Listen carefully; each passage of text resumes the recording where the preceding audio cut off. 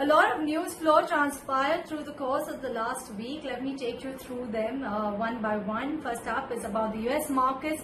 They scaled record high levels. Your Dow, they hit 30,000 for the first time ever. S&P 500, Nasdaq, Russell 2000, all of them hit fresh record high levels. And this is on back of the news that Joe Biden has now formally started his transition process. Also, you had Trump that supported this particular move. Trump also said that he would clear the White House if the U.S. Electoral College votes in favor of Joe Biden. This is the first time that Trump has come close to conceding defeat, but hasn't actually said in as many words. Another news that actually the markets cheered in for is that Biden, reports suggested that Biden is likely to nominate former U.S. Federal Reserve Chairperson Janet Yellen as the Treasury Secretary. If appointed, Yellen will be the first woman to lead the Treasury Department. So on the US markets front, everything going great, and ditto it was for the Indian markets as well. Nifty scaled 13,000 for the first time ever. If you look at the monthly performance, the Nifty posted best, for Nifty it was the best month since April 2020. If you look at November as a whole, for November this was the best November for Nifty since 2005. Nifty Bank posted best month since January 2012 as well. On the series front, Nifty posted first double-digit gain in a November series since April series.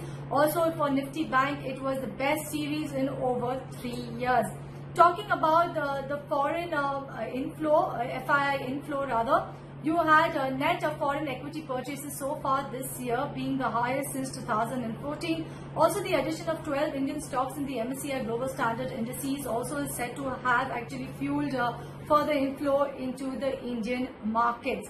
Let me talk about the development coming in on the vaccine front. You had AstraZeneca, which is developing a vaccine in partnership with Oxford University, said that their COVID-19 vaccine prevented on an average 70% of COVID-19 cases in the late stage trials that were conducted in Britain as well as in Brazil. Remember, but this is much lower than the efficacy rate of that of Pfizer as well as Moderna.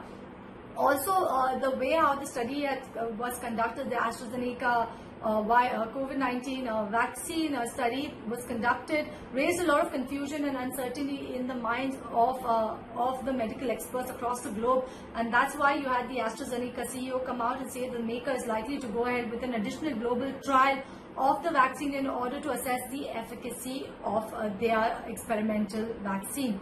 On domestic front, yes, you have the COVID-19 cases that are rising rapidly. You had Supreme Court that wrapped the Delhi government also, and also various states on their preparedness to handle the resurgence of COVID-19 cases. You had the Home Ministry that released a new set of guidelines that will be effective till the December 31st. The Home Ministry has asked the states to strictly enforce SOPs on various activities, COVID-19 appropriate behavior, exercise caution as well as regulate the crowd. MHA has also asked the states to maintain caution and strictly follow the prescribed containment strategy. And on back of the COVID-19 cases, and also to see the India's preparedness when it comes to vaccine front, you had Prime Minister Narendra Modi visit Zydus Biotech's facility as well as Bharat Biotech as well as Serum Institute of India.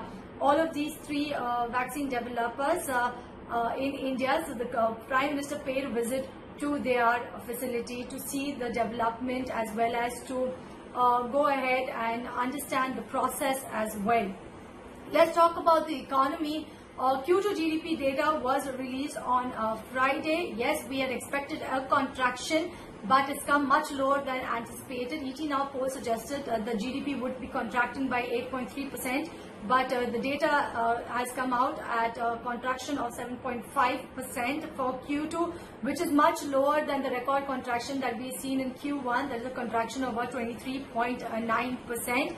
If you look at how the data is being assessed, we posted two contractions back to back in 2 quarters, and that is why India has entered a technical recession. But if you look as on a whole, on the larger picture, our economy is definitely getting back on track, and this is definitely going to be viewed positively.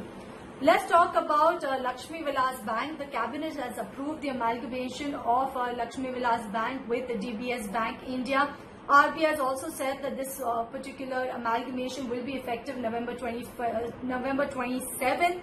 Also, the moratorium on LVB has been removed as of November 27th. Also, the customers, including depositors of Lakshmi Vilas Bank, will be able to operate their accounts as the customers of DBS Bank India effective November 27th. Let's talk about the EdTech space. All the businesses, most of the businesses in India across the globe are impacted due to COVID-19 pandemic, but it is the EdTech startups that has made most to capitalize this particular opportunity. The online education startup Byju's is said to be in advanced talks to raise about 200 million from US-based investors, BlackRock as well as T. Rowe Price. While the 4-year-old Bangalore-based startup Unacademy, after its latest funding round, has reached a valuation of about $2 billion as compared to $500 million is what they were valued at in February this year. So it's been a good time for the startup space, and not only the EdTech startup space. We also have Card24, which is the latest entrant into the list of unicorns, with its latest funding round of about 200 million. If you look at the online car reseller, it was under the spotlight after the Series E funding round led by DST Global. So a lot of news coming in on this week front, be it the startup space, the market space, the vaccine space. So a lot that has transpired through the course of the week, and a lot is expected next week as well.